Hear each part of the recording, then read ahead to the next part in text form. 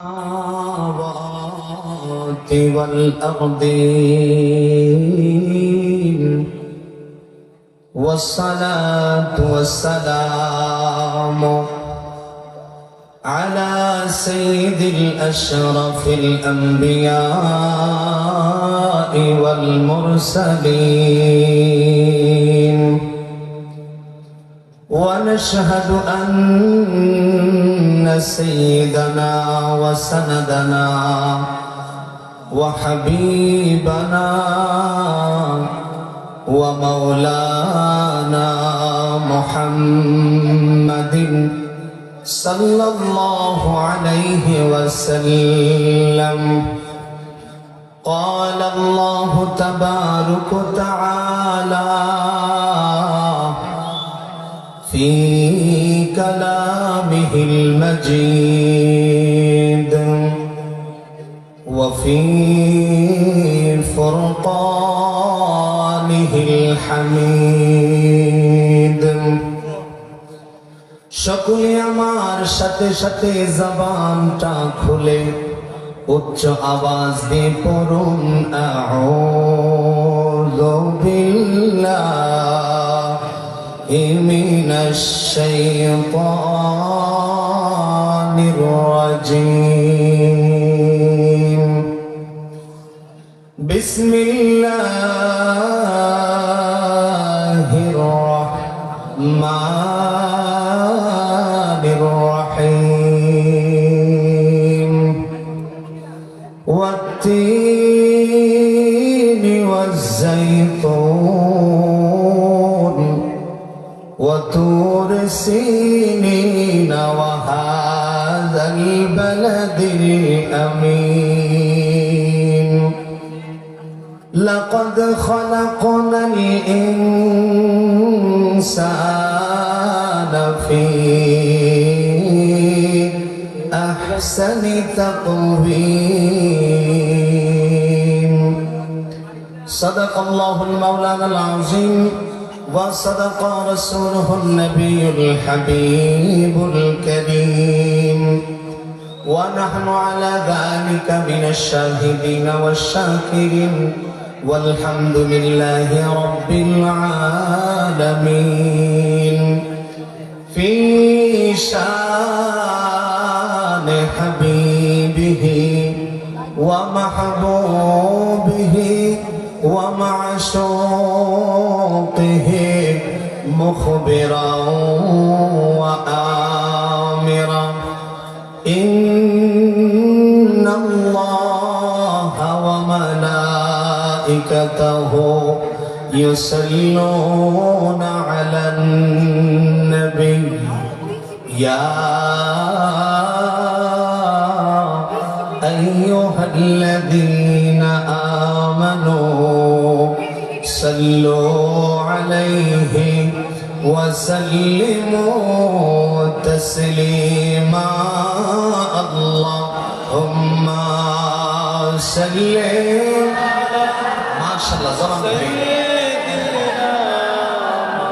مولانا محمد وعلى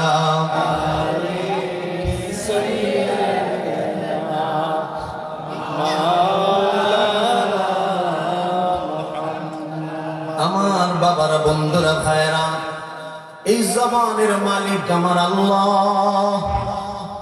আল্লাহ এই জবান দিয়েছেন, কথা বলার শক্তি দিয়েছেন।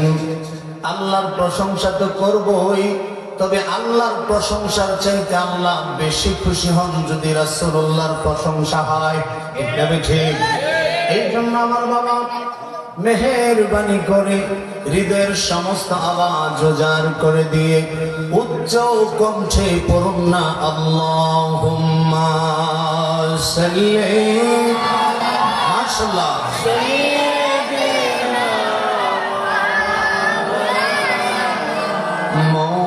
মুহাম্মাদ ওয়া আলা আলিহি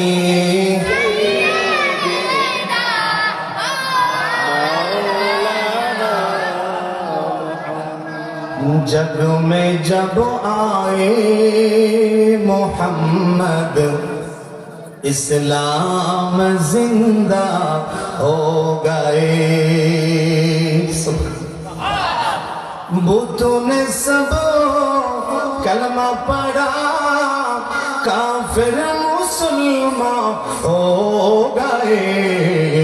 जग में जब आए मोहम्मद, इस्लाम जिंदा हो गए। अल्लाहुम्मा सल्ली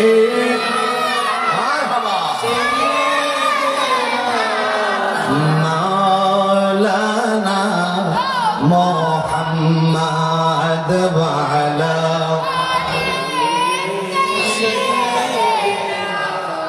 मौलाना ला इलाहा ला इलाहा मरहबा ला इलाहा ज़बान खोले ला इलाहा माशाअल्लाह ला इलाहा ओह ला इलाहा इल्लल्लाह ला इलाहा ओह ला इलाहा इल्लल्लाह ला इलाहा इल्लल्लाह ला इलाहा इल्लल्लाह इल्लल्लाह इल्लल्लाह इल्लल्लाह इल्लल्लाह इल्लल्लाह इल्लल्लाह इल्लल्लाह इल्लल्लाह इल्लल्लाह इल्लल्लाह इल्लल्लाह इल्लल्लाह इल्लल्लाह इल्लल्लाह इल्लल्लाह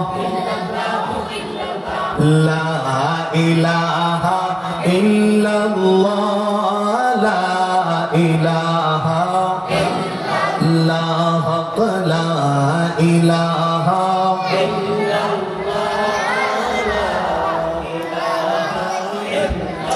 ला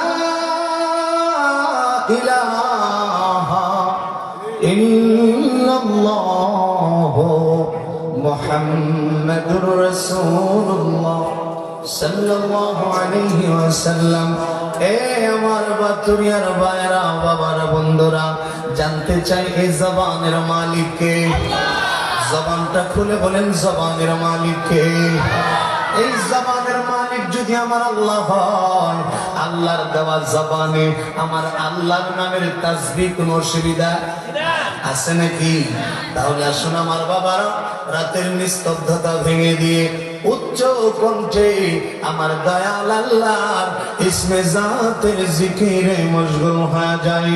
আল্লাহ আল্লাহ আল্লাহ আল্লাহ আল্লাহ আল্লাহ আল্লাহ আল্লাহ আল্লাহ আল্লাহ আল্লাহ আল্লাহ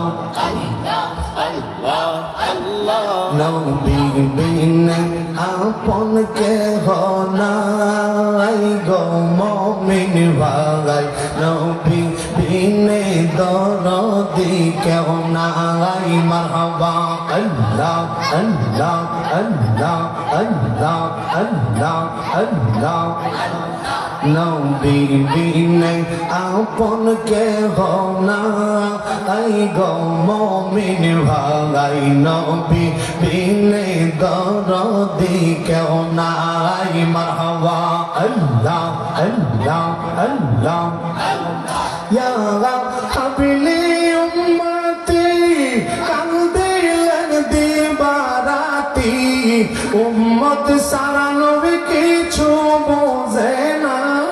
মারহাবা আল্লাহ আল্লাহ ইয়া হাবিলি উম্মতি কান্দিলেন দিবারাতি, উম্মত সারা নবী কিছুই বোঝে না।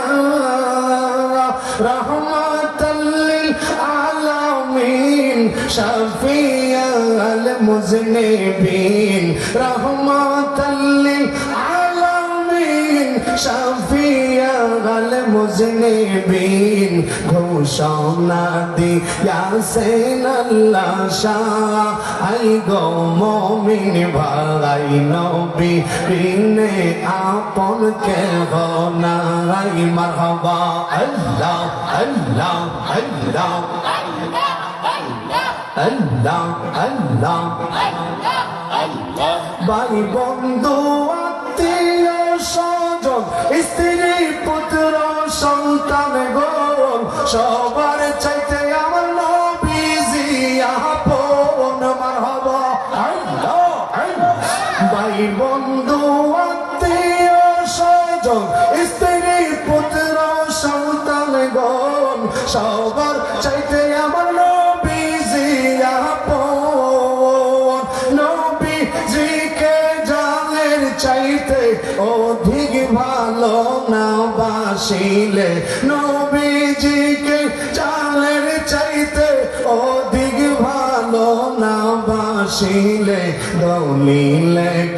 দলিলে কই তাহারি মান্না আই গো মুমিন ভাই নবী বিনে দরদি কেউ নাই মারহাবা আল্লাহ আল্লাহ আল্লাহ আল্লাহ আল্লাহ আল্লাহ নবী বিনে আপন কেহ না আই গো মুমিন ভাই নবী বিনে আপন কেহ নাই মারহাবা আল্লাহ আল্লাহ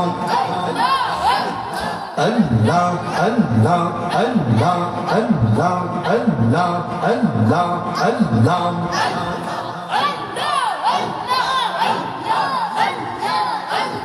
ولا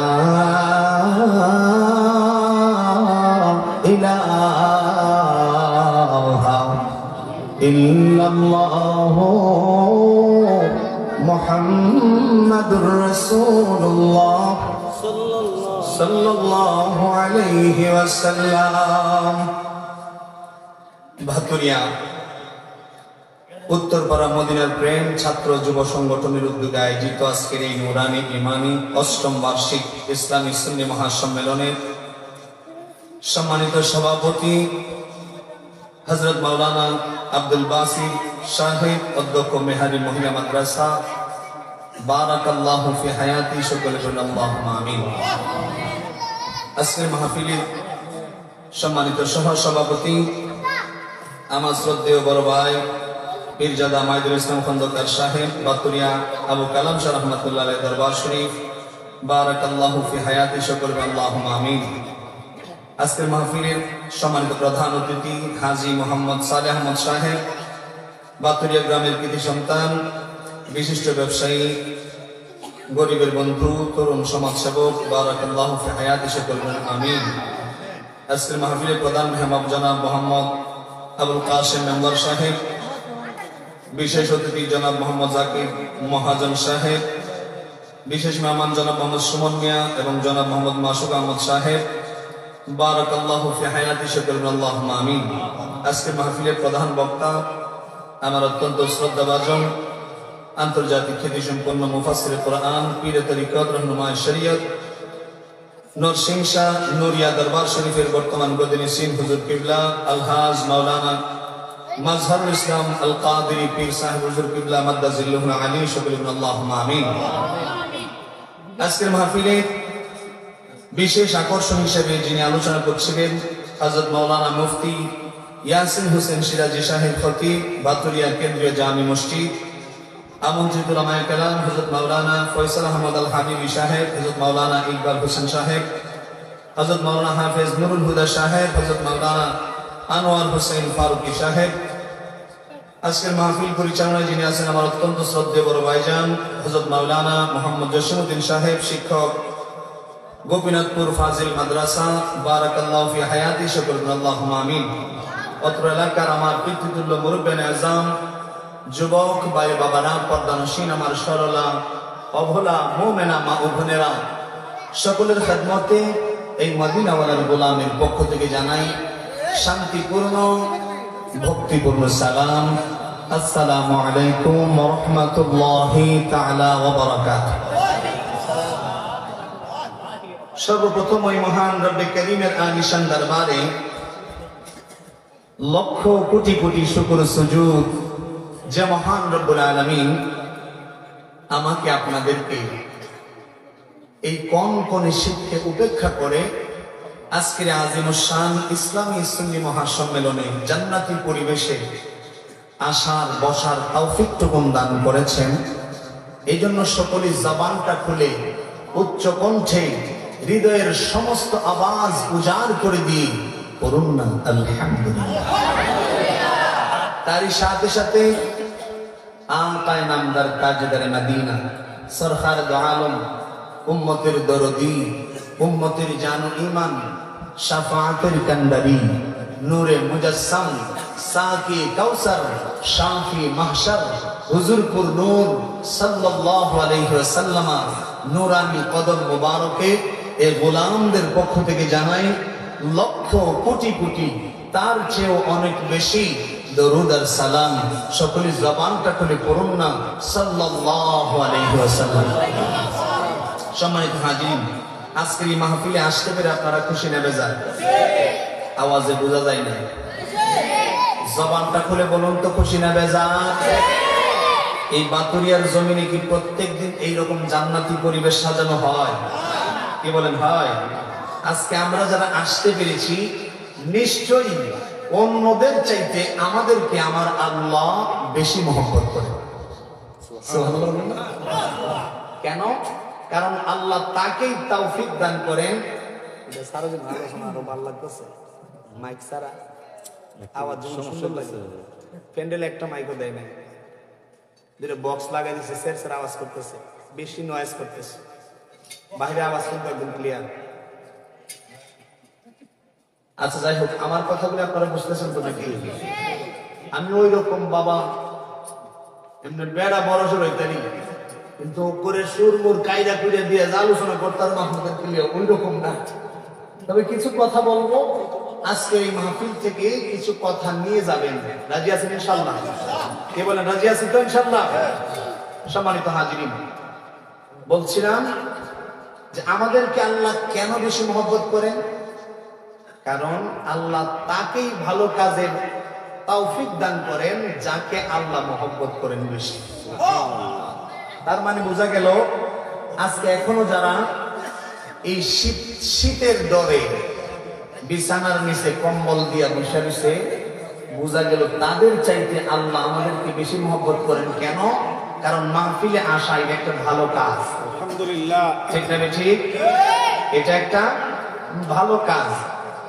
যদি এই ভাই যদি ভিতরে মাইক থেকে একটু সাউন্ড দেয়, এটার আওয়াজের তো বেশি মজা লাগতেছে না। সম্মানিত হাজিরিন, তো বলছিলাম নিশ্চয়ই আল্লাহ আমাদেরকে বেশি মহব্বত করেন বিধায় আল্লাহ আমাদেরকে এই মাহফিলে আসার সুযোগ দিয়েছেন। এই জন্য আবারও জবানটা খুলে পড়ুন না আলহামদুলিল্লাহ। গত বছর মাহফিলও আমি এসেছিলাম আপনাদের কাছে, আপনাদের সামনে একটা আলোচনা করেছিলাম। সে আলোচনার শেষে আমি সামান্য কিছু কথা বলেছিলাম, আলোচনা শেষ করতে পারি নাই। যারা গত মাহফিলে ছিলেন আশা করি আপনারা আমার আলোচনা শুনছেন। তো এই মাহফিলে সেখান থেকেই ধরবো যেখানে শেষ করছিলাম। অসুবিধা নাই তো? অসুবিধা নাই তো? তাহলে আসেন, আমি খুতবার মধ্যে একখানা আয়াত কারিমা তিলাওয়াত করেছি, একখানা সূরা, অল্প কয়েকটা আয়াত তিলাওয়াত করেছি। আসেন সকলে আমার সাথে সাথে একটু জবানটা খুলে করুন আউযু বিল্লাহি মিনাশ শাইতানির রাজীম। বিসমিল্লাহির রাহমানির রাহিম। ওয়াত-তিনি ওয়াজ-যাইতুন ওয়া তুরি সিনিন ওয়া হাযাল বালাদিল আমিন। লাকাদ খালাকনাল ইনসানা ফি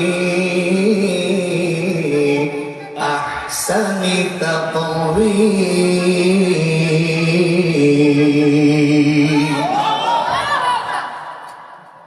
যে সূরা আমরা তিলাওয়াত করলাম, বলেন তো সূরাটার নাম কি? সূরা ৩। জবান খুলে বলেন সূরার নাম কি? সূরা ৩। সূরাতুত তিন আপনাদের সম্মুখে আলোচনা করেছি। সম্মানিত হাজিরিন, আমার আলোচনা বোঝার জন্য কয়েকটা কথা আমি বলবো।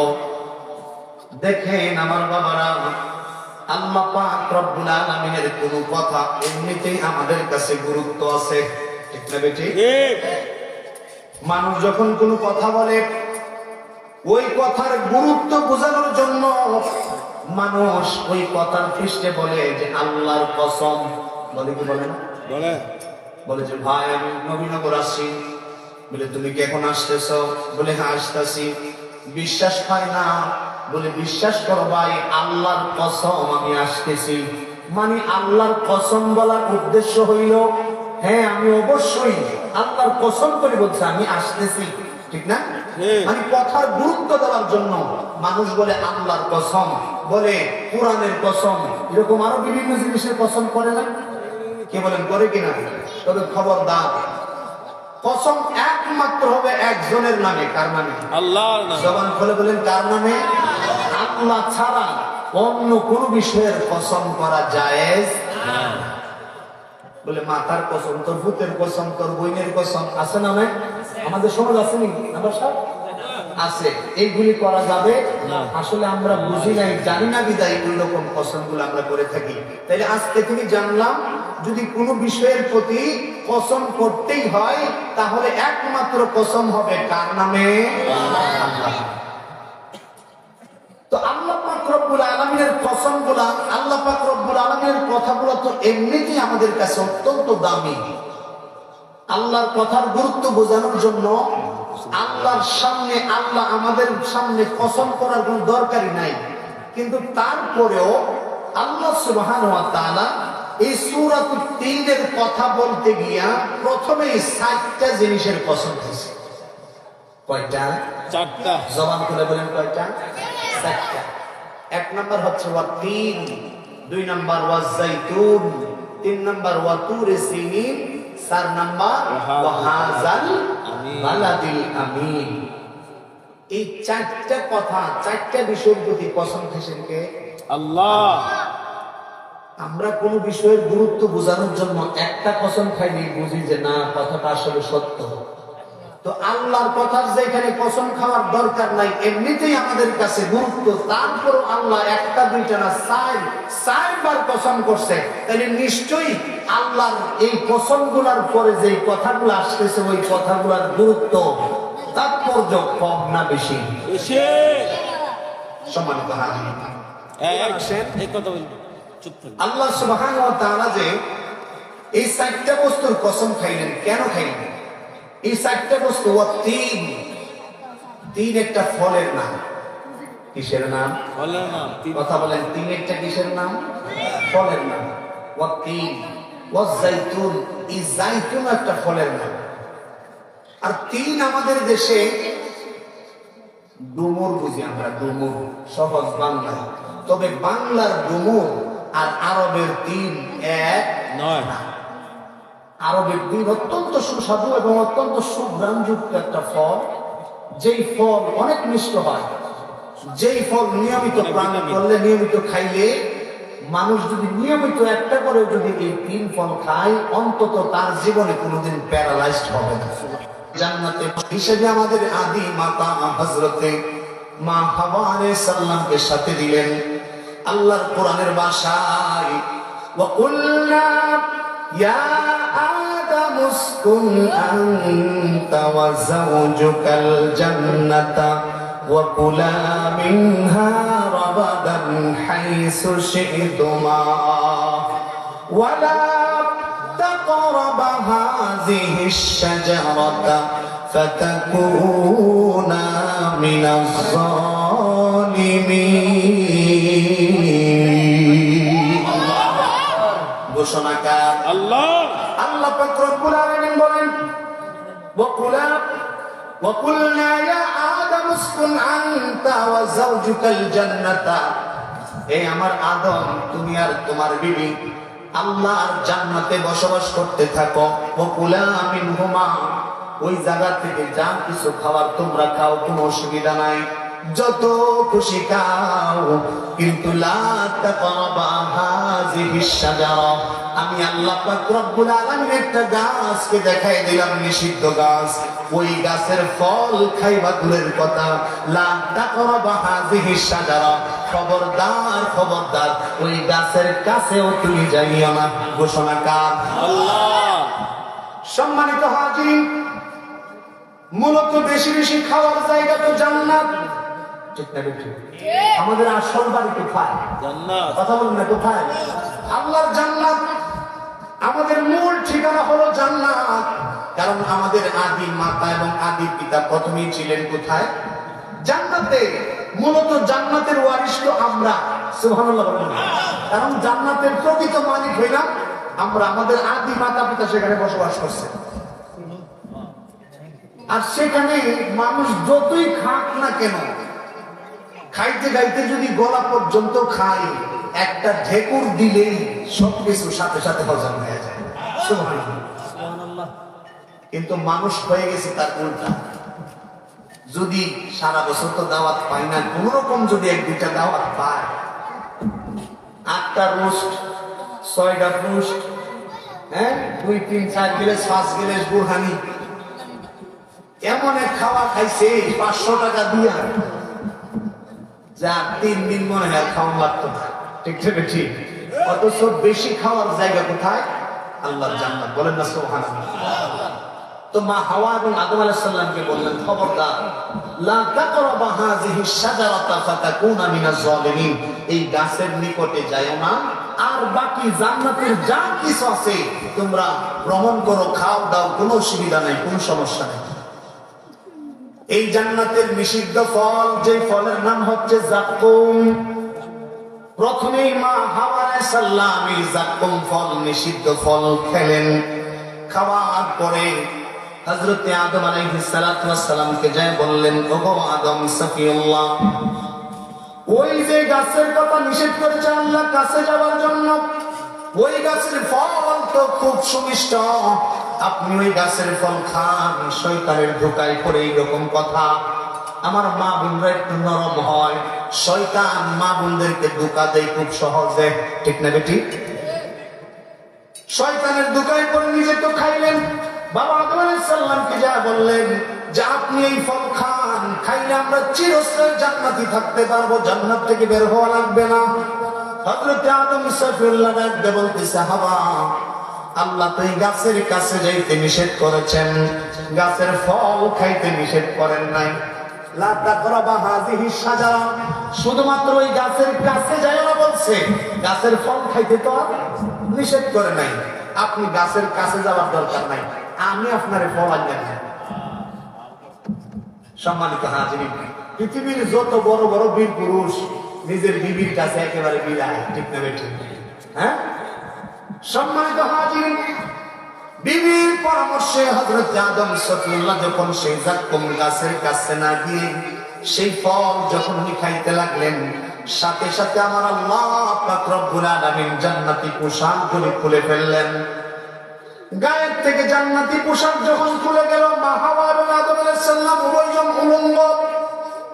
এমন অবস্থায় হযরতে ইমাম রাজি রাহমাতুল্লাহি আলাইহি উনি বলতেছেন, ফাসাতারা আওরাতুহু বিওয়ারাকিত তিন।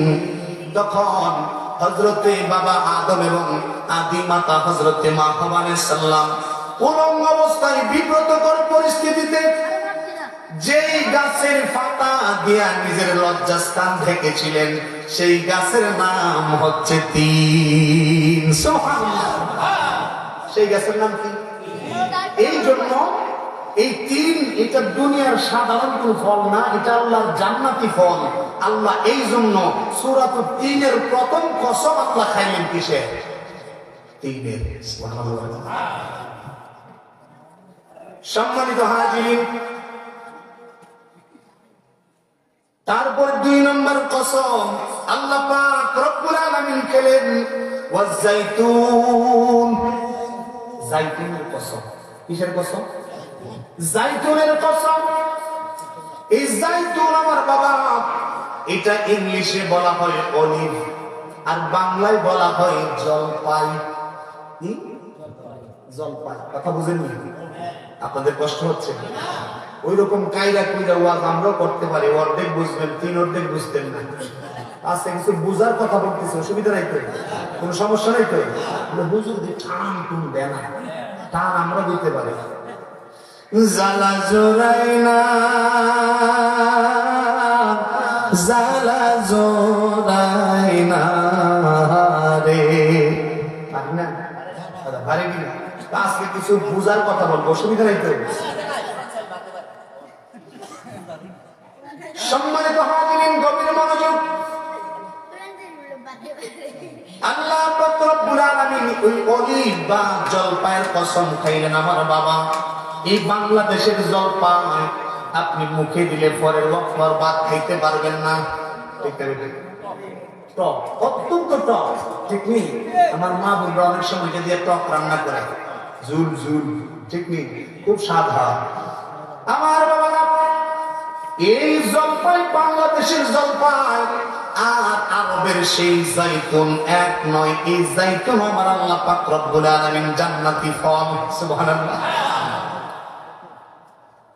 চিকিৎসা বিজ্ঞানীরা গবেষণা করেছে, যদি কোনো মানুষ দৈনিক 7টা জলপাই ওই জাইতুন যদি খায়, দৈনিক কয়টা বাবা? 7টা জলপাই। এই বাংলার জলপাই না, সেই দেশের জৈতুন। এই জৈতুন যদি খায়, জৈতুন খাওয়ার কারণে তার রক্তের মধ্যে এত সুন্দর পরিবেশ সৃষ্টি হবে, জীবনে ওই ব্যক্তির তার শরীরের মধ্যে কোনোদিন ক্যান্সার হবে না। জাইতুনের এত উপকারিতা। আল্লাহ পাক রব্বুল আলামিন এই জাইতুনের ব্যাপারে কোরআন হাকিমের মধ্যে বলেন, ওয়াশাজারাতান তাখরুজু মিন তুরি সাইনাআ তামবুতু বিদ্দাহানি ওয়াসসিদরিল লিল আকিলিন।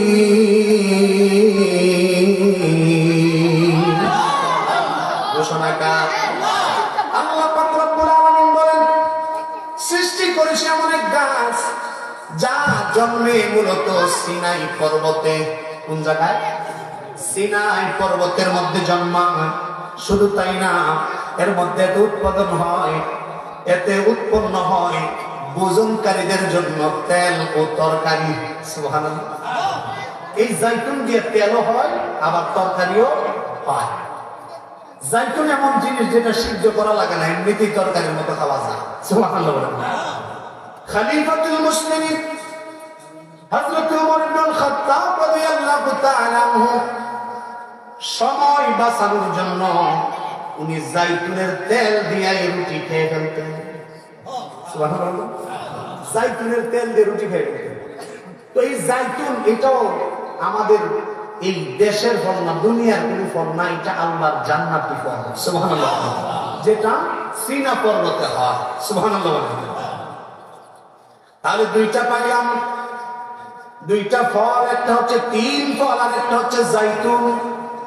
তিন আল্লাহ পাক রব্বুল আলামিন, এটাও জান্নাতি ফল, জাইতুনও জান্নাতি ফল। এই দুইটা ফলের কসম আমার আল্লাহ খেলেন। 3 নাম্বার আমার আল্লাহ পাক রব্বুল আলামিন বলতেছেন, ওয়া তুরি সিনিন। সুবহানাল্লাহ। সিনাই পর্বতের কসম। কিসের কসম? কথা বলেন না, কিসের কসম? এই সিনাই পর্বতের কসম আমার আল্লাহ কেন কেন? দেখেন, পর্বত দুই ধরনের হয়। কয় ধরনের?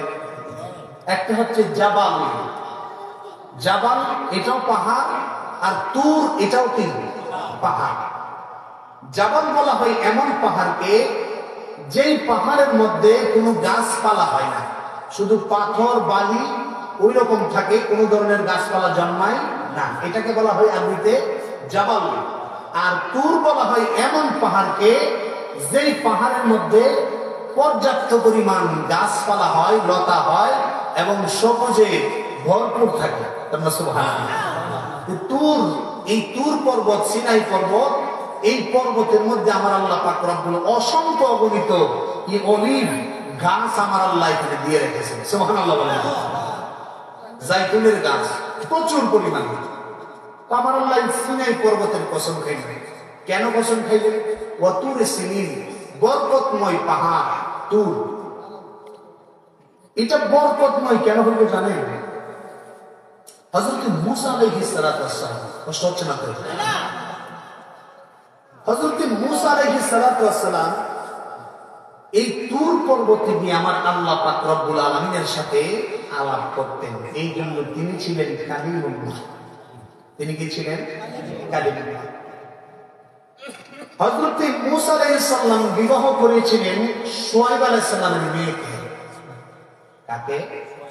শুআয়ব আলাইহিস সালামের মেয়েকে। উনি বিবাহ করার পরে একদিন দুই দিন না, প্রায় 8 বছর শ্বশুর বাড়িতে ঘর জামাই ছিলেন। কি জামাই? আমার দেশেও ঘর জামাই হয়, তবে আমার দেশের ঘর জামাই আর কুলুর বলদের মধ্যে তেমন একটা তফাৎ নাই। ঠিক না বেশি? কথা বলে ঠিক না বেশি? সম্মানিত হাজির, যুবক ভাইদেরকে বলবো, প্রয়োজনে রিক্সা চালায় খাইবা, তারপরে ঘর জামাই যাইও না। কারণ বাংলার জমিনে ঘর জামাইয়ের দাম একটা বলদের চাইতেও বেশি হয় না। ঠিক না বেঠি? প্রয়োজনে রিক্সা চালায় তো কি করেন না, ঘর জামাই যাই নিতে বলে। মূসা নবী, আরে মূসা নবী তিনিও নবী, উনার শ্বশুর শুআয়ব আলাইহিস সালাম তিনিও নবী, উনাদের ব্যাপারটাই তো ভিন্ন। সুবহানাল্লাহ বলেন না? উনাদের ব্যাপারটাই কি? 8 বছর হযরত মূসা আলাইহিস সালাতু ওয়াস সালাম শুআয়ব আলাইহিস সালামের বাড়িতে ঘর জামাই অবস্থায় ছিলেন। 8 বছর পরে উনি যখন ফিরে আসতেছিলেন, ওনার বিবিকে নিয়ে নিজের বাড়িতে যখন আসতেছিলেন, এই সিনা উপত্যকার পাশে আসার পরে হযরত মূসা আলাইহিস সালামের বিবির প্রসব বেদনা হলো। রাত্র গভীর, ঘুটঘুটে অন্ধকার। এইরকম অন্ধকারের মধ্যে এই মুহূর্তে যদি সন্তান প্রসব করে তাহলে আগুনের প্রয়োজন আছে। আমার বাবারা, ফর্সা হওয়ার দরকার আছে, আগুনের প্রয়োজন আছে। চতুর্দিকে খুঁজতে লাগলেন আগুন কোথায় পাওয়া যায়, আগুন কোথায় পাওয়া যায়। উনি হঠাৎ করে লক্ষ্য করে দেখেন ওই তুর পর্বতের চূড়ায় যেন আগুন জ্বলতেছে। সুবহানাল্লাহ। আগুন সন্ধানে উনি যখন দেখলেন তুর পর্বতের চূড়ায় আগুন জ্বলতেছে, মনে হয় আগুন আগুন জ্বলতেছে। উনি আগুন সংগ্রহ করার জন্য ওনার বিবিকে বললেন, তুমি এখানে থাকো, আমি একটু আগুন নিয়ে আসি। সুবহানাল্লাহ বলেন। হযরত মূসা আলাইহিস সালাম আগুন সংগ্রহের জন্য যে মাত্র তুর পাহাড়ের চূড়ায় গেলেন, দেখতেছেন যে এটা আগুন নয়, এটা আমার আল্লাহর নূর ঝলমল ঝলমল করতেছে। আমার আল্লাহ পাক রব্বুল আলামিন সূরা তাহার মধ্যে কথা খুব সুন্দরভাবে বলেছেন, ফালাম্মা আতাহা নুদিয়া ইয়া মূসা ইন্নী আনা রাব্বুকা ফাখলা'না আলাইকা ইন্নাকা বিল ওয়াদিল মুকদ্দাসি তুওয়া। আল্লাহ পাক রব্বুল আলামিন সূরা তাহার মধ্যে বলেন 11 থেকে 14 নম্বর আয়াতে আল্লাহ পাক রব্বুল আলামিন ঘটনা তুলে ধরেছেন। আল্লাহ পাক রব্বুল আলামিন বলেন, ফালাম্মা আতাহা নুদিয়া ইয়া মূসা। মূসা যেই মাত্র উপত্যকার কাছাকাছি চলে গেলেন, আগুনের কাছাকাছি চলে গেলেন, ওই যে আগুনটা উনি দেখতেছিলেন মূলত এটা আল্লাহর নূর।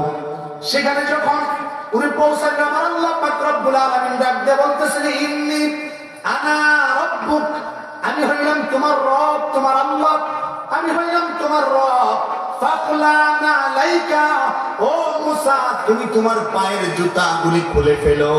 ইন্নাকা বিল ওয়াদিল মুকদ্দাসি তুওয়া, নিশ্চয়ই তুমি পবিত্র তুওয়া উপত্যকায় অবস্থান করতেছো। বলেন সুবহানাল্লাহ। নূরের ভিতর থেকে আওয়াজ আসতেছে, ও মূসা তোমার পায়ের মধ্যে জুতা নিয়ে তুর পাহাড়ের পর্বতে তুমি উঠেছো। তুমি কি জানো আমি হইলাম তোমার রব, তোমার আল্লাহ। এই মুহূর্তে তুমি তোমার পায়ের জুতাগুলি খুলে নাও, কারণ তুমি তোমার মনিবের সঙ্গে এসেছো, তোমার মনিবের সাক্ষাতে এসেছো। তুমি তোমার জুতাগুলি খুইলা নাও, জুতাগুলি খুইলা নাও। আমার বাবা মুসা আলাইহিস সালাম কি আল্লাহর আরশে উঠতেছিলেন নাকি তুর পাহাড়ে? কথা বলেন, কোন পাহাড়ে? তুর পাহাড়ে উঠতেছিলেন। আল্লাহ কই ফাখলানা আলাইকা, নবী গো আপনি আপনার পায়ের জুতাগুলি খুলে ফেলেন। কিন্তু বন্ধু, আমার নবী, আপনার নবী আমার আল্লাহর কত প্রিয়, আমার আল্লাহর সৃষ্টি জগতের জন্য আমার নবী কত প্রিয়। এইটা আমার বাবারা রজব মাস, আমার নবীজির মেরাজের মাস। আমার নবী রাহমাতাল লিল আলামিন মেরাজ করার উদ্দেশ্যে যখন উদ্গমনে যাইলেন, প্রথম আসমান, দ্বিতীয়, তৃতীয়, চতুর্থ, পঞ্চম, ষষ্ঠ, সপ্তম আসমান পাড়ি দিয়া, সিদরাতুল মুনতাহা পাড়ি দিয়া, লক্ষ লক্ষ নূরের মঞ্জিল পাড়ি দিয়া যেই মাত্র আমার নবী আল্লাহর আরশে আজিমের সিঁড়ির মধ্যে অবস্থান করতেছিলেন, আমার নবী তাকায়া দেখে আমার নবীজির কদম মোবারকে কাঠের দুইটা খরম দেখা যায়। কি দেখা যায়? কাঠের খরম। তখন তো চামড়ার জুতার সিস্টেমই ছিল না, কাঠের খরম। আমরা দাদারা ওই রকম কাঠের খরম পড়ছে। কি বলি, পড়ছে না আপনার দাদারা? আমার বাবারা, আল্লাহর নবী রাহমাতাল লিল আলামিন আরশে আজিমের ভিতরে প্রবেশ করবেন। আমার নবী তাকায় দেখেন, আমার নবীজি সেই পা মুবারকের মধ্যে খরম মুবারক দেখা যায়। আল্লাহর নবী রাহমাতাল লিল আলামিন খরম মুবারক খুলতে চাইলেন। আরশে আজিমের ভিতর থেকে আওয়াজ আসলো, ইয়া রাসূলুল্লাহ, ইয়া হাবিবাল্লাহ, নবী গো, ও মায়ার নবীজি, আপনি আপনার খরম মুবারক গুলি খুলবেন না গো নবীজি। আপনি আপনার খরম মুবারক নিয়া আমি আল্লাহর আরশে আজিমের ভিতরে চলে আসেন। আপনার এই খরম মুবারকের নিচে যে মদিনার ধুলা বালিগুলি লেগে আছে, ওই ধুলা বালিগুলি পাওয়ার জন্য আমার আরশটা কোটি কোটি বছর ধইরা পাগল পারা হইয়াছি। ওই দিক দিয়ে মুসা নবীর আল্লাহ কই তুর পাহাড়ে উঠতেছে তোমার রবের সাক্ষাতে। ফাখলানা আলাইক, ও মুসা তুমি তোমার জুতাগুলি খুলে নাও। আর আমার নবী রাহমাতাল লিল আলামিন হাবিবুল্লাহ, রহমতের নবী, আল্লাহর আরশ আজিমে ঢুকবেন।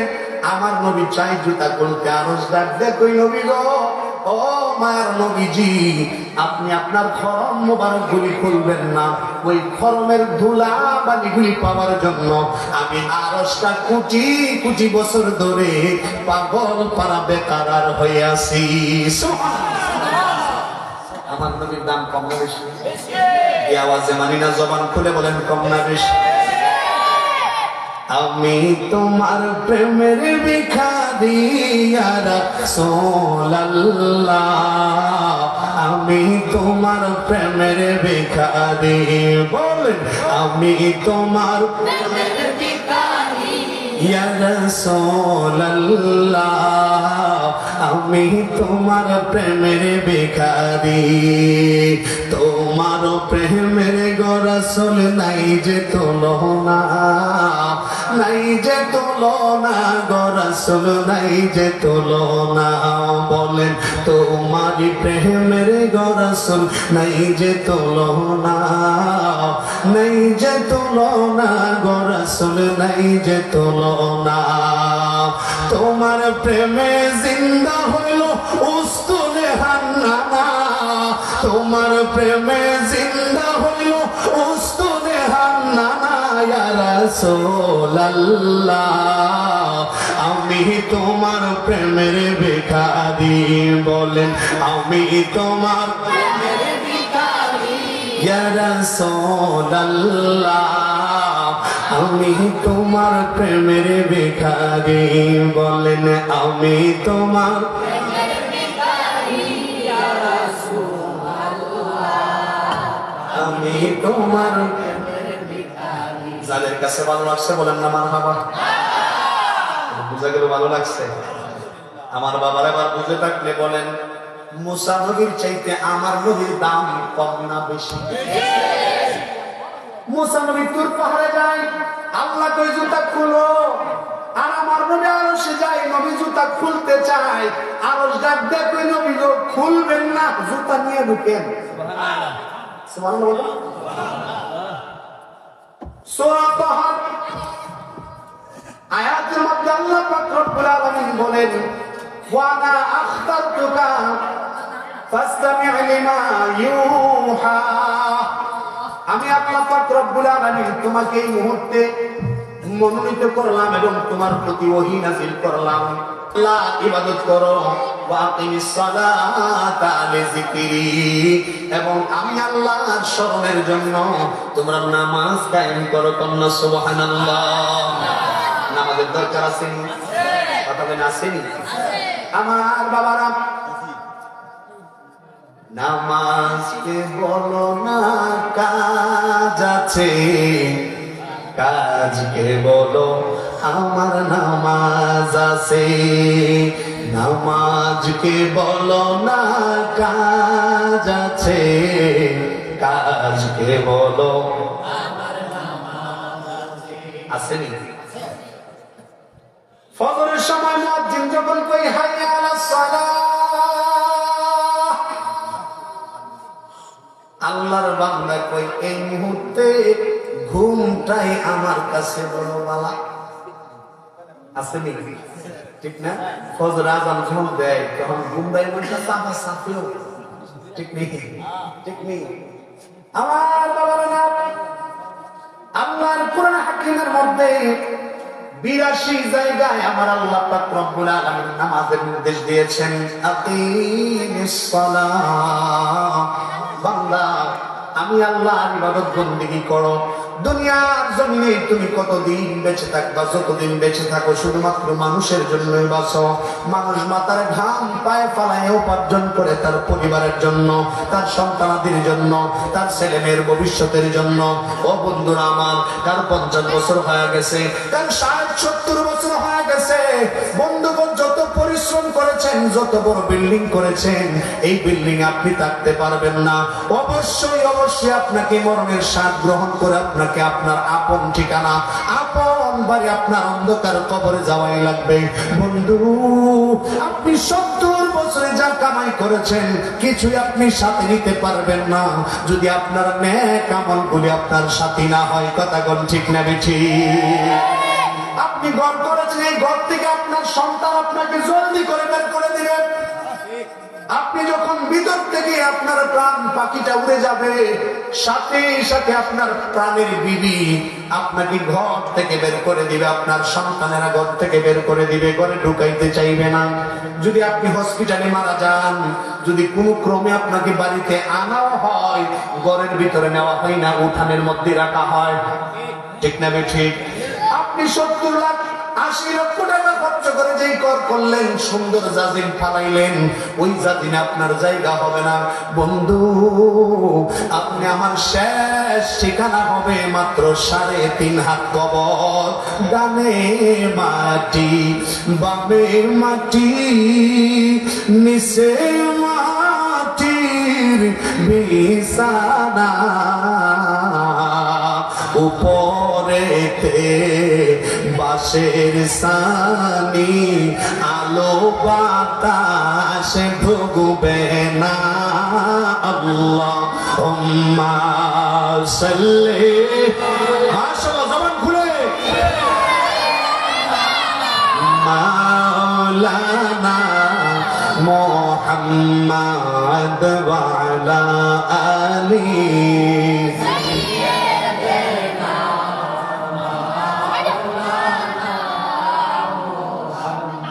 এই জন্য আমার বাবারা বলেন তো, দরকার আছে নি নামাজের? ইবাদতের দরকার আছে না নাই? ইবাদত করবো একমাত্র একজনের, জবান খুলে বলেন তিনি কে? আল্লাহ ছাড়া কারো ইবাদত করা যাবে? কি বলেন, করা যাবে? এবার আসেন, মনে আছে নি আমি কোথায় ছিলাম? মুসা নবী তুর পাহাড়ে। আমার আল্লাহ কই জুতা খুলেন, মুসা নবী জুতা খুললেন, আমার আল্লাহ ওনাকে ওহী করলেন, আমি তো আল্লাহ, আমি ছাড়া পৃথিবীতে আর কারো উপাস্য নাই, কোনো উপাস্য নাই। আমি আল্লাহ পাক রব্বুল আলামিনের ইবাদত করো, বন্দেগী করো, আমি আল্লাহর স্মরণে নামাজ কায়েম করো। সেই উপত্যকা আমার বাবারা হযরত মুসা আলাইহিস সালাম ওই উপত্যকার দাম এই জন্য বেড়েছে, আর আমার আল্লাহ এই জন্য সূরা ৩-এর মধ্যে আমার আল্লাহ কসম খেয়েছেন, কারণ ওই উপত্যকায় আমার আল্লাহ মুসা নবীর সাথে কথা বলেছেন। সুবহানাল্লাহ। চতুর্থ নম্বর কসম আমার আল্লাহ বলেন ওয়াহাদাল বালাদিল আমিন,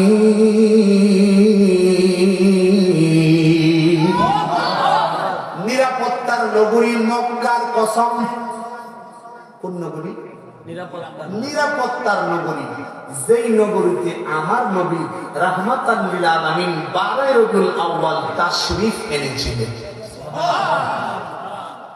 সম্মানিত হাজিরিন,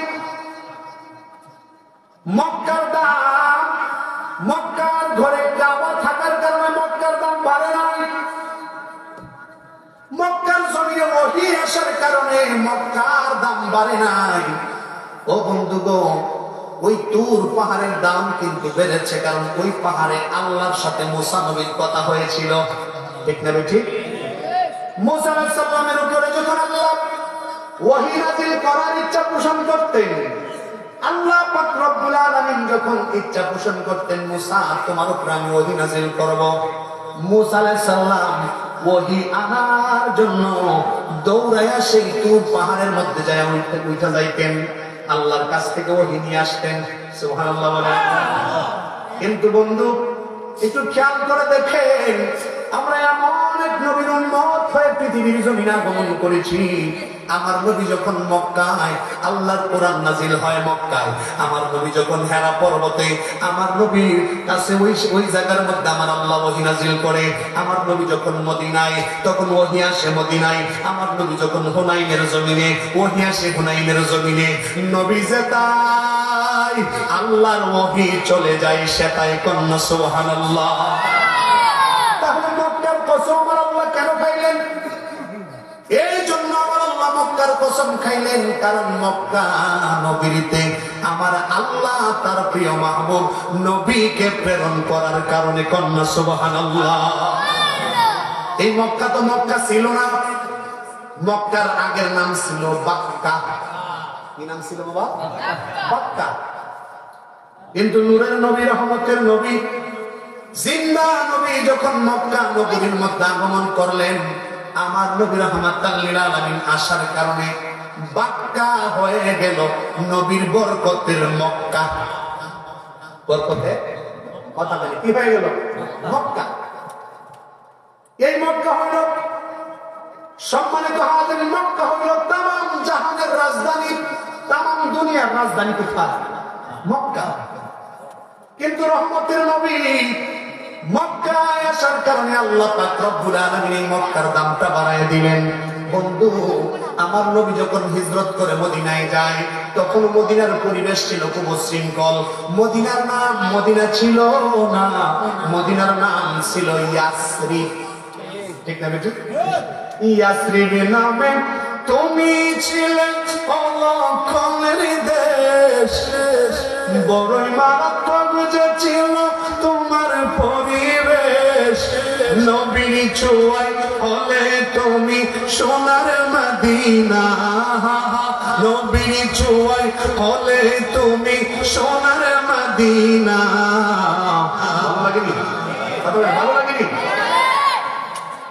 আমার নবী যখন মদিনাতুল মুনাওয়ারায় চলে গেলেন, ইয়াসরিব নাম আমার আল্লাহ কেটে দিয়ে মদিনার নামকরণ করলেন মদিনায়ে তাইয়্যিবা, মদিনায়ে মুনাওয়ারা। কন্যা সুবহানাল্লাহ। আরে আমার নবী যেখানে যাইতেন ওহিও সেইখানে চলে যাইত। একটা প্রশ্ন হয়েছিল যে নবীর দাম বেশি নাকি কোরআনের দাম বেশি? নবীর দাম, হ্যাঁ, মাহফিলের পাশে যারা আছেন আমরাই করেন, লাইক ছেড়ে দেই,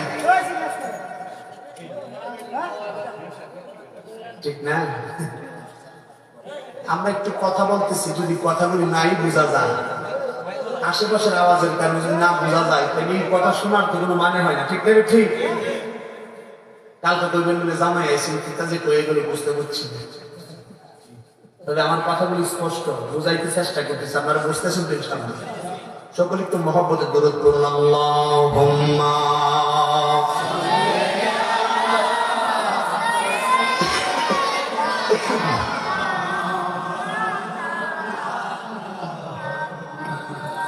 ওয়া আলা আলি মাওলানা মুহাম্মদ। এই দুনিয়ার আমরা সবাই কবর দেশের প্যাসেঞ্জার, কেউ বা আগে কেউ বা পরে যাইতে হবে গোরের পার। আল্লাহুম্মা সাল্লি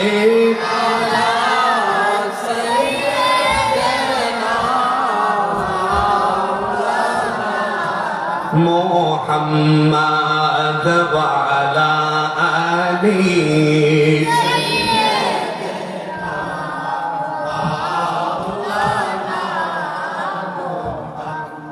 আমার বাবারা গভীর মনোযোগ। আল্লাহ নবী রাহমাতাল লিল আলামিন কেমন দামি নবী শুনেন বন্ধু। এই পৃথিবীর জমিনে আমার আল্লাহ পাক রব্বুল আলামিন 1 লক্ষ মতান্তরে 2,24,000 পয়গাম্বর পৃথিবীতে পাঠিয়েছেন। এর মধ্যে সবাই কিন্তু রাসূল নয়। আমার বাবারা সবার কাছে কিন্তু ওহী প্রেরণ করা হয় নাই। যাদের যাদের কাছে ওহী প্রেরণ করা হয়েছে, ওহী আমার আল্লাহ পাক রব্বুল আলামিন কখনো জিবরাইল আলাইহিস সালামের মাধ্যমে, কখনো মিকাইল আলাইহিস সালামের মাধ্যমে আমার আল্লাহ পাঠিয়েছেন। জিবরাইল আলাইহিস সালাম আল্লাহর বাণী নিয়ে এসেছেন। এই পৃথিবীর জমিনে আমার নবী ছাড়া যত নবী পৃথিবীর জমিনে আগমন করেছেন, তার মধ্যে হযরত ঈসা আলাইহিস সালাম আমার নবীর রিসেন্টলি আগে যিনি আসছেন, হযরত ঈসা আলাইহিস সালামের কাছে আমার নবীজি, হযরত ঈসা আলাইহিস সালামের কাছে আল্লাহর ফেরেশতা হযরত জিবরাইল আমিন এসেছেন মাত্র 400 বার। কয়বার? 400 বার। হযরত মুসা আলাইহিস সালামের কাছে এসেছেন 10 বার। ইব্রাহিম নবীর কাছে এসেছেন 10 বার। এইরকম ভাবে আমার বাবারা সমস্ত নবী রাসূল 2,23,999 জন পয়গম্বর এবং নবী রাসূলদের কাছে সর্বমোট 500 বারের বেশি হবে না আমার আল্লাহর ফেরেশতা জিবরাইল আগমন করেছে। কিন্তু বন্ধু, এমন এক নবীর উম্মত হয়ে আমরা পৃথিবীর জমিনে আসলাম। আল্লাহ পাক রব্বুল আলামিনের ফেরেশতা জিবরাইল আমার নবী আপনার নবীর দরবারে একবার দুইবার না, মাত্র 23 বছর জিন্দেগিতে, নবুয়তের 23 বছরে আল্লাহর ফেরেশতা জিবরাইল আমার নবী, শুধুমাত্র আমার নবীর কাছে জিবরাইল এসেছে 24,000 বার। কয় হাজার বার? 24,000 বার। 24,000 বার আমার নবীর কাছে এসেছেন।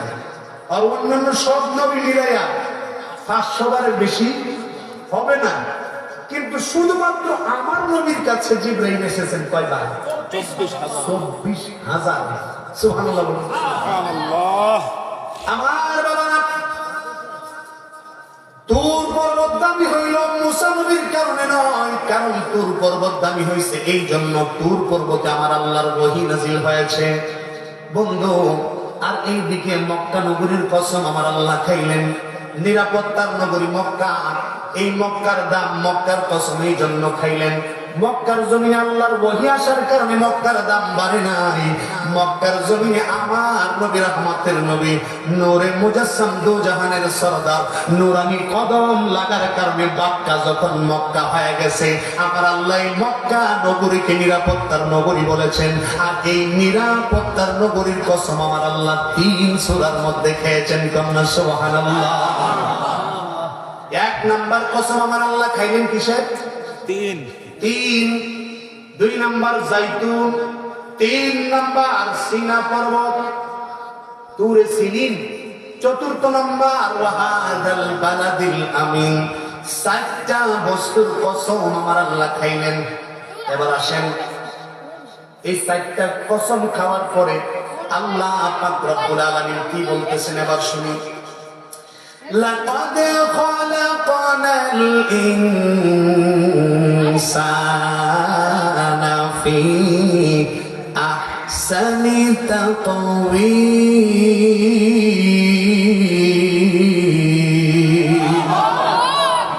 আল্লাহ পাক রব্বুল আলামিন 4টা কসম খেয়ে আমার আল্লাহ পাক রব্বুল আলামিন ঘোষণা দিচ্ছেন, লাকাদ খালাকনাল ইনসানা, নিশ্চয়ই আমি ইনসান সৃষ্টি করেছি, মানুষ সৃষ্টি করেছি, ফি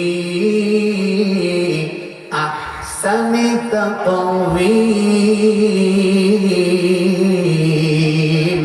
অত্যধিক সৌন্দর্য দিয়া আমি আমার মানুষগুলারে সৃষ্টি করেছি। কন্যা সুবহানাল্লাহ। এই মানুষ, এই কথাটা বলার জন্য মানুষ যে আল্লাহ সব থেকে বেশি সুন্দর আকৃতিতে, সুন্দর প্রকৃতিতে, সুন্দর গঠনে আমার আল্লাহ সৃষ্টি করেছেন, এই কথার সত্যতার জন্য, এই কথার উপরে জোর দেওয়ার জন্য আমার আল্লাহ একটা দুইটা না 4টা কসম খায় বলছেন যে আমি আল্লাহ মানুষ সৃষ্টি করেছি সব থেকে সুন্দরতম সৃষ্টি হিসেবে। কন্যা সুবহানাল্লাহ। আসলে কিন্তু মানুষ সুন্দর, ঠিক না বেটা? কথা বলে ঠিক না বেটা?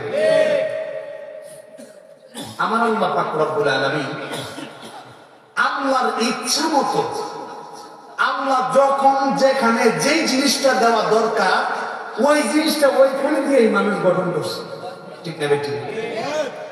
বন্ধুরা আমার, আপনি আপনার নিজের ফেসের দিকে তাকান, চেহারার দিকে তাকান। আল্লাহ পাক রব্বুল আলামিন চাইলে এই নাকটা কপালের উপরে দিতে পারত। কি বলেন? আল্লাহ চাইলে পারত কি? নাকি আল্লাহর জন্য আলাদা ডাক্তার ডক্টর লাগতো যে অপারেশন করে এখানে বসাই দিবে? হ্যাঁ, আল্লাহ পাক রব্বুল আলামিন যখন কোনো কিছু করার ইচ্ছা হয় শুধু কুন ফায়াকুন, কুন বলতে দেরি হয়, ফায়াকুন হইতে দেরি হয় না। সুবহানাল্লাহ। তো আল্লাহ পাক রব্বুল আলামিন চাইলে এই নাকটাকে কপালের উপরে দিতে পারত, মুখটাকে মাথার পিছনে দিতে পারত, দুইটা চোখ দুই পাশে দিতে পারত, কান দুইটা হাতের উল্টে হাতের বাহুর মধ্যে দিতে পারত। পারত কি পারত না? কিন্তু বন্ধু, যদি ওই রকম বিকৃত ভাবে যদি আল্লাহ সৃষ্টি করতেন তাহলে মানুষ সুন্দর সৃষ্টি হইতো না, ঠিক না বেটি? মানুষ সুন্দর সৃষ্টি হইতো না। আপনি আপনার হাতের দিকে তাকান, হাতের মধ্যে 5টা আঙ্গুল কিন্তু আমার বাবার সমান নয়। একটা একটু মোটা, আরেকটা একটু চিকন, আরেকটা একটু লম্বা। আমার আল্লাহ পাক রব্বুল আলামিন 5টা আঙ্গুলকে 5 রকম অবয়ব দিয়ে সৃষ্টি করেছেন।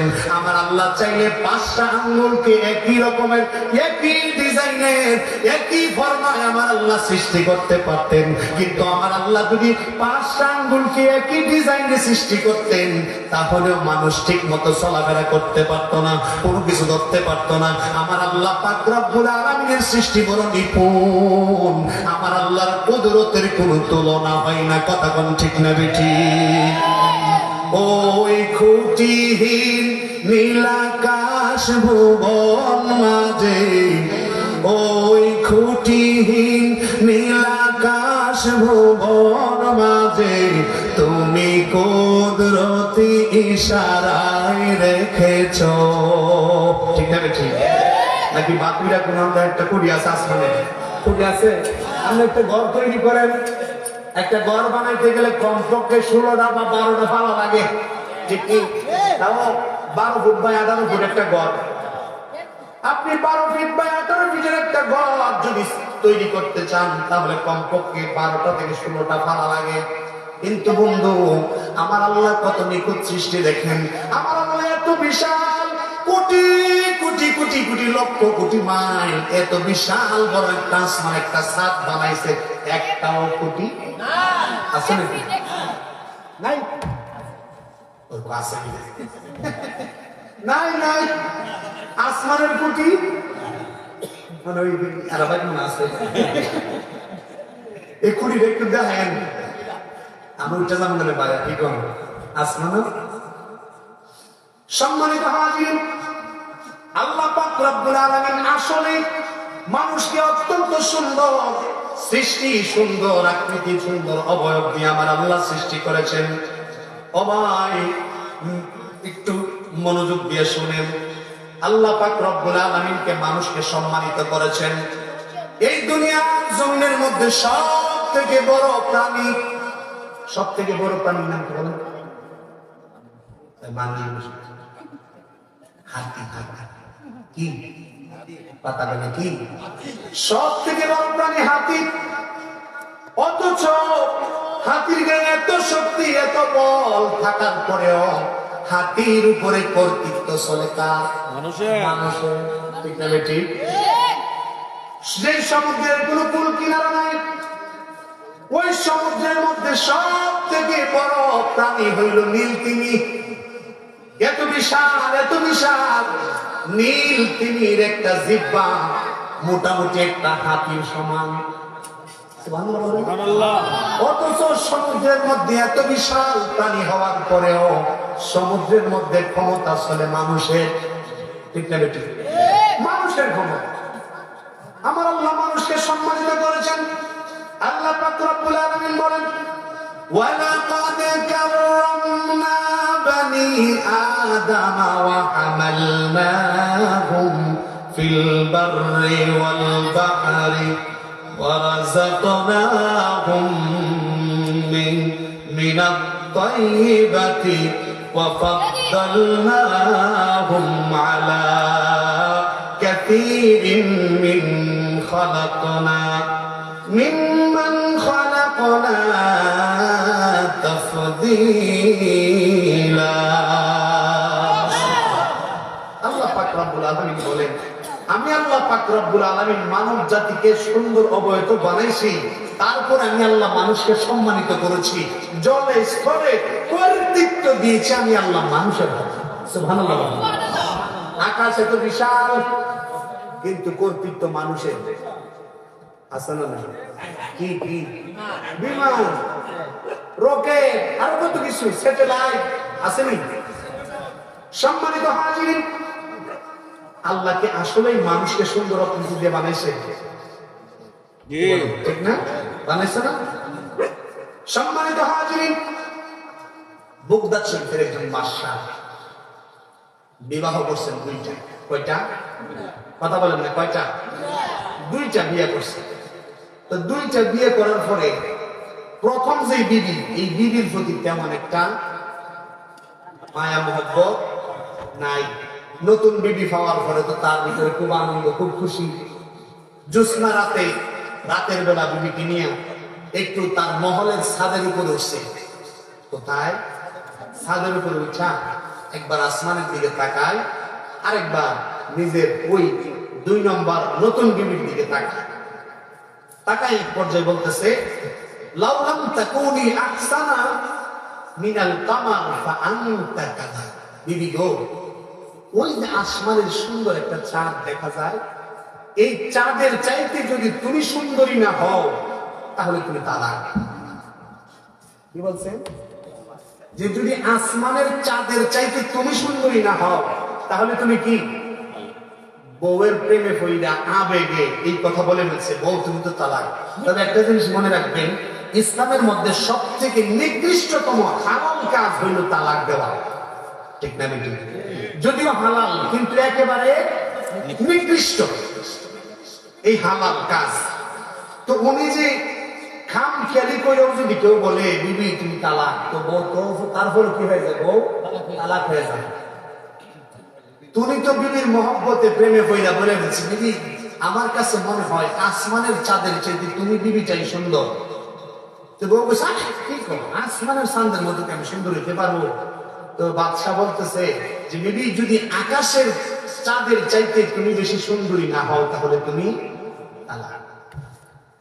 এই কথা বলার পরে তো চিন্তা করছে, আরে আবেগে কইয়া কইলাম কি আমি? হ্যাঁ, আমি যে আমার বউরে তালাক দিলাম কথায় কথায়। এখন কি করা যায়? সারা দেশের মোল্লা মৌলবী যারা আছে সবার কাছে খোঁজ করতে লাগলেন যে আমি তো আমার বউরে এই কথা বলে দিচ্ছি, এখন কি করা যায়? সব বললাম, এসে ফতোয়া দিছে যে আপনার বউ তো কি হয়ে গেছে, তালাক পেয়েছে। সম্মানিত হাজির, অনেক খোঁজাখুঁজি করার পরেও এই মাসালার কোন সমাধান তিনি পান নাই। সবাই শুধু বলছে যে আপনার বিবি কি হয়ে গেছে, তালাক হয়ে গেছে। কিন্তু একজন যুবক আলেম, ইয়াহিয়া বিন আকসাম, যুবক আলেম, এলেমের খুব প্রখরতা ছিল তার মধ্যে।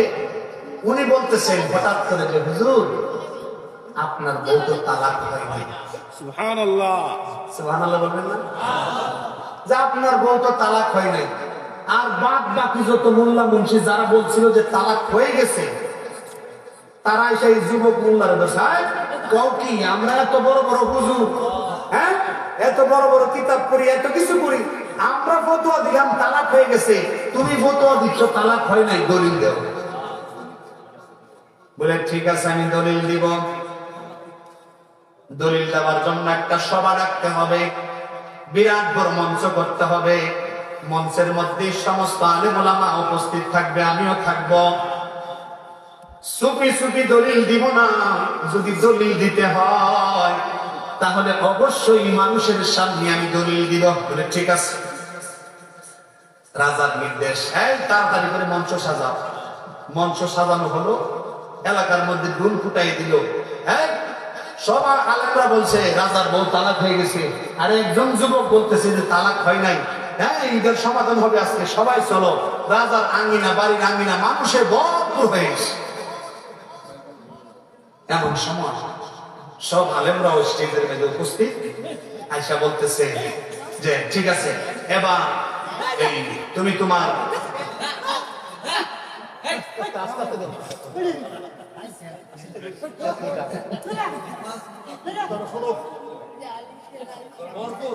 যাই হোক, সম্মানিত হাজির দিকে তাকান, মেহরবানি করে একটি দিক তাকান, ওই দিকে আমরা মনোনিবেশ না করি। কষ্ট হচ্ছে আপনাদের? স্যারে দিমু, আমার পরে কিন্তু প্রধান বক্তা চলে আসবেন, অল্প সময় আছে কিন্তু। আর আমার বাবারা, আল্লাহ পাক রব্বুল আলামিনের কুদরত বোঝা যায় না। সমস্ত আলেমরা সেই স্টেজের মধ্যে ভরপুর, সবাই রাগান্বিত অবস্থায়, সবাই রাগান্বিত অবস্থায় এখানে আপনার স্টেজের মধ্যে বসে আছে মানুষগুলো, উৎসুক জনতা এসে দেখার জন্য, তামাশা দেখার জন্য। এমন সময় রাজা বলতেছে আপনি আপনার ফয়সালা শুনান। যুবককে বলতেছে, ওই যুবক ডাক দিয়ে বলতেছে, এই আলেম ভাইরা বাবারা, আপনারা যারা আছেন তার মধ্যে সব থেকে জ্ঞানী ব্যক্তিকে, সুবহানাল্লাহ বলেন, সব থেকে জ্ঞানী ব্যক্তিকে, সব থেকে বড় মাপের আলেমকে, হাফেজ কে আছেন? একজন দাঁড়াইছে, আমি হলাম সবচেয়ে বড় আলেম, হাফেজ। বলে ঠিক আছে, আপনি যদি সব থেকে বড় আলেম হয়ে থাকেন, আপনি যদি সব থেকে বড় হাফেজ হয়ে থাকেন, ভালো যদি ইয়াদ থাকে আপনার, তাহলে আপনি সূরাতুত তিন আমাকে পড়া শোনাইতে হবে, তারপরে আমি আপনার সেই মাসালার সমাধান দেব। বলে ঠিক আছে, আমি শোনাইতেছি। তখন ওই আলেম শুরু করলেন, ওয়াত্তিন ওয়াজ্জাইতুন وطور سينين وهذا البلد الأمين لقد خلقنا الإنسان في أحسن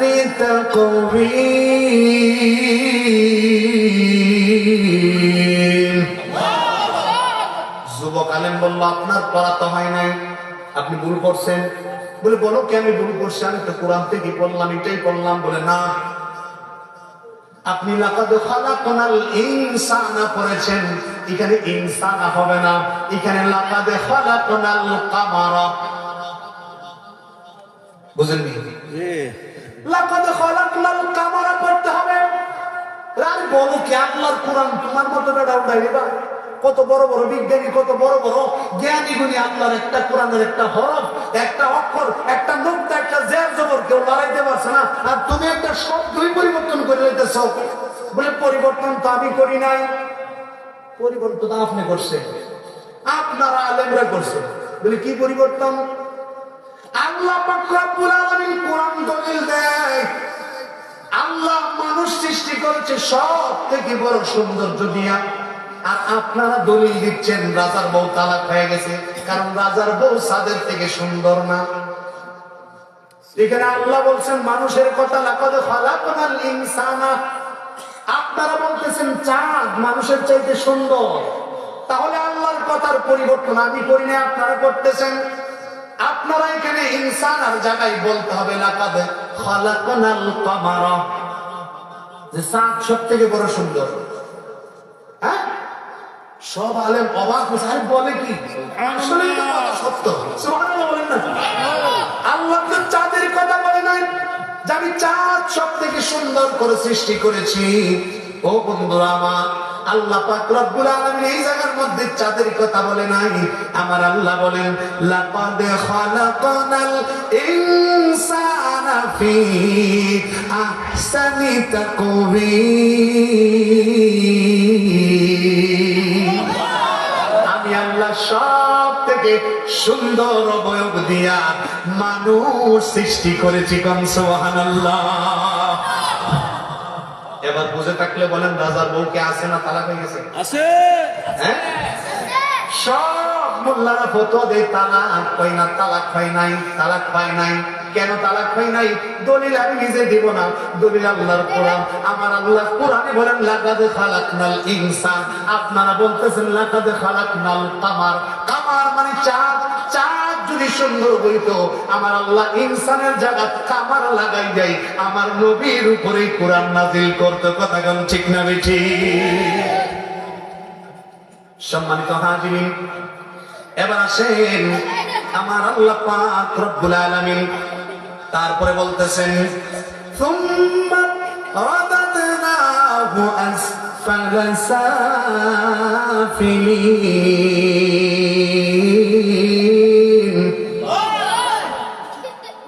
মোহাম্মতে দুরূদ করেন আল্লাহুম্মা সাল্লি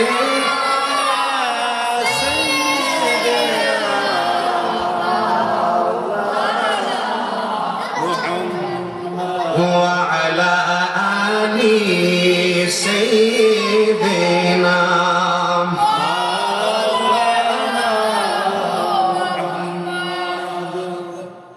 উড়িয়া যাও রে ভাতুরিয়ার হাওয়া,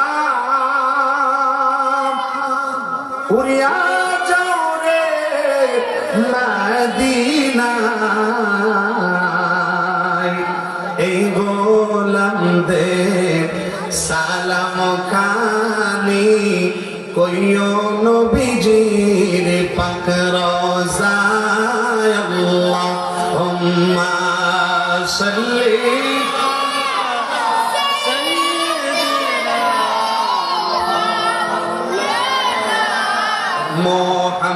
মুহাম্মাদ ওয়া আলা আলিহি।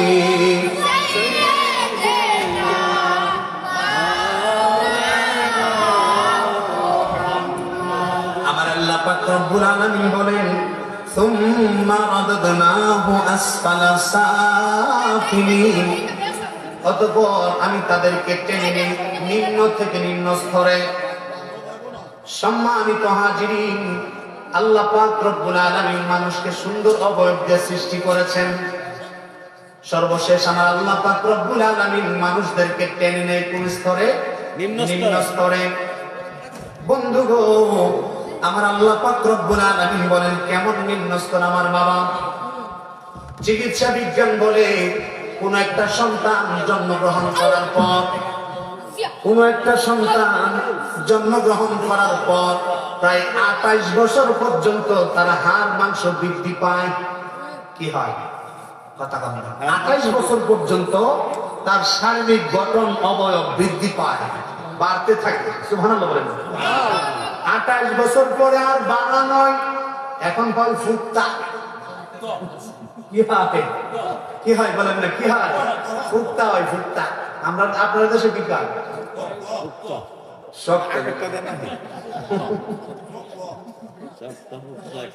শক্ত ভুক্তা। আচ্ছা, যাই হোক, সমস্যা নাই। এক কথাই মানে আমার কথা হইল এই শব্দ বোঝানি না, আমার কথা হচ্ছে কথার অর্থটা বোঝানো। মানুষ যখন 28 বছর হয়ে যায়, তখন তার শরীরে যদি কোনো একটা হাড় ভেঙে যায়, ওই হাড় জোড়া নিতে সময় লাগে। যদি বয়স আরো বেড়ে যায়, 40-50 উপরে যদি চলে যায়, তখন হাড় আর জোড়া লাগতে চায় না। আমি নিজে দেখছি,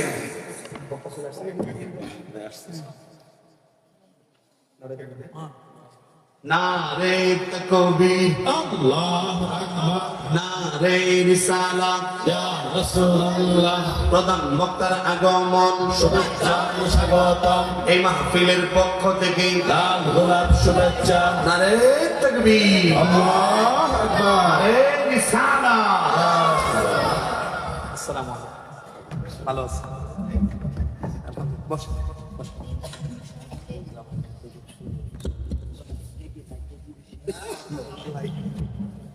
আরে কেউ এটা দিকে আগাবে না।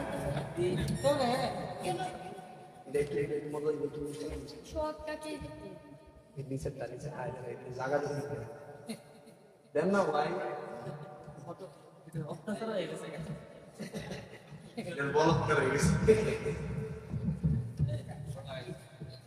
কষ্ট হচ্ছে আপনাদের। আজকের মাহফিলের মধ্যমণি, আমাদের মাহফিলের প্রধান বক্তা আমাদের মাঝে উপস্থিত হয়েছেন। আপনারা খুশি না বেজার?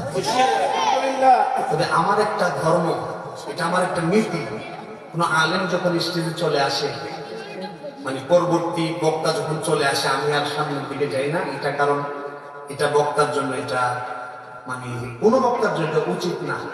যাই হোক, হুজুর যেহেতু চলে আসছে, আমি এই কথাটা বলে ইনশাল্লাহ শেষ করে দিচ্ছি। তো বলছিলাম, মানুষের বয়স যখন 40-50-এর উপরে চলে যায়, তখন মানুষ চেষ্টা করলেও ওই হাত দিয়ার জোড়া কি লাগতে চাই না। কিন্তু 20-22 বছরের ফুল, আমি নিজের ছবি দেখছি, গাছের থেকে পড়ে হাত ভাঙে নিছে। 18 বছরের যুবক, 18 বছরের কিশোর, দেখা গেছে কিছুদিনের মধ্যেই তার হাত আবার ঠিক না ঠিক ভাঙেও তাড়াতাড়ি, আবার জোড়াও লাগে তাড়াতাড়ি। আল্লাহ পাক রব্বুল আলামিন, আমি তো মানুষ সৃষ্টি করেছি সুন্দর অবয়ব দিয়া, তারপরে আমি টেনে নিয়ে একবারে নিম্ন থেকে নিম্ন স্তরে, অর্থাৎ মানুষ আস্তে আস্তে কি হয়, বুড়া হয়, বুড়া হইতে থাকে। মানুষের রূপ যৌবন সৌন্দর্য আস্তে আস্তে কমে যায়। মানুষের দাড়ি ফাঁকে, চুল ফাঁকে, দাঁত লড়ে, ঠিক না? লড়ে কিনা? আগের মতো চোখে আমি দেখি না তেমন, চোখ জানি হয়ে গেল কেমনের কেমন। আমার বউ বলেছে চোখে আমার রোগ হয়েছে, আমি বলি আমার মরার সময় হয়েছে, ঠিক না বেঠি? সম্মানিত হাজির, কিন্তু আল্লাহ পাক রব্বুল আলামিন তারপরে বলেন, ইল্লাল্লাযীনা আমানু ওয়া আমিলুস সালিহাতি ফালাহুম আজরুন গায়রু মামনুন। কিন্তু তারা ব্যতীত যারা নেক আমল করে এবং সৎ কর্ম করে, সুবহানাল্লাহ বলেন। সুবহানাল্লাহ।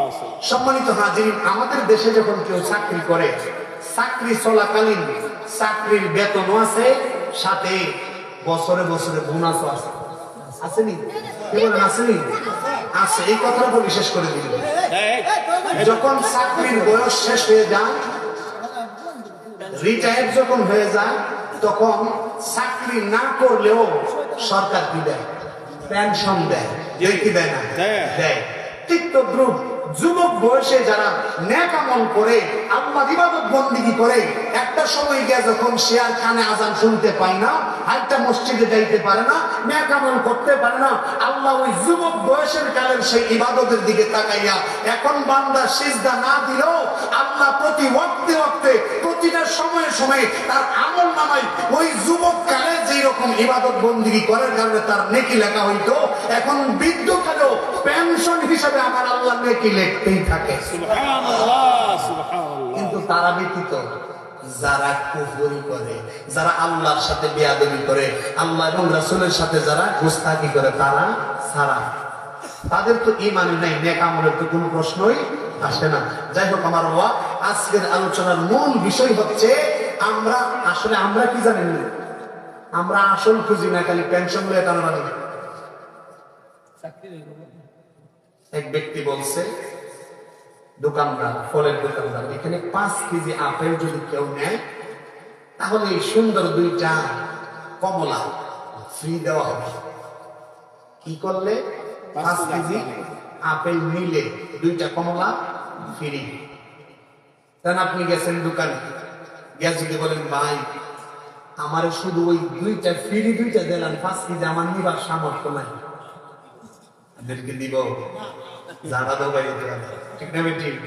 আপনি যদি 5 কেজি কিনেন তাহলে আপনি ওই দুইটা নিতে পারবেন। আর আমরা হয়ে গেছি কিরকম, যে ভাই নিতাম না 5 কেজি, আমার দুইটা শুধু দিলাও। কিরকম, আমরা দৈনিক 5 ওয়াক্ত নামাজে যাই না, কিন্তু সবে বড় তাইলে মাশাআল্লাহ মসজিদ ছাড়ি না, ঠিক না ঠিক? এটা ওই রকম হয়ে গেছে, ভাই 5 কেজি নিতাম না, শুধু বোনাসটা দিলাম। আল্লাহ পাক রব্বুল আলামিন আমাদেরকে বুঝার তৌফিক দান করুন এবং আমাদেরকে বেশি বেশি করে নেক আমল করার তৌফিক দান করুন, আল্লাহুম্মা আমিন। আজকের মাহফিলের সম্মানিত প্রধান অতিথি, প্রধান বক্তা হযরত আল্লাহ আলহাজ হযরত মাওলানা মাযহারুল ইসলাম আল কাদেরী পীর সাহেব হুজুর কাবলার কাছে দোয়া আছে এবং প্রিন্সিপাল হুজুর এবং আমার ভাইজান ওনার কাছে দোয়া আছে, আপনাদের সকলের কাছে দোয়া আছে।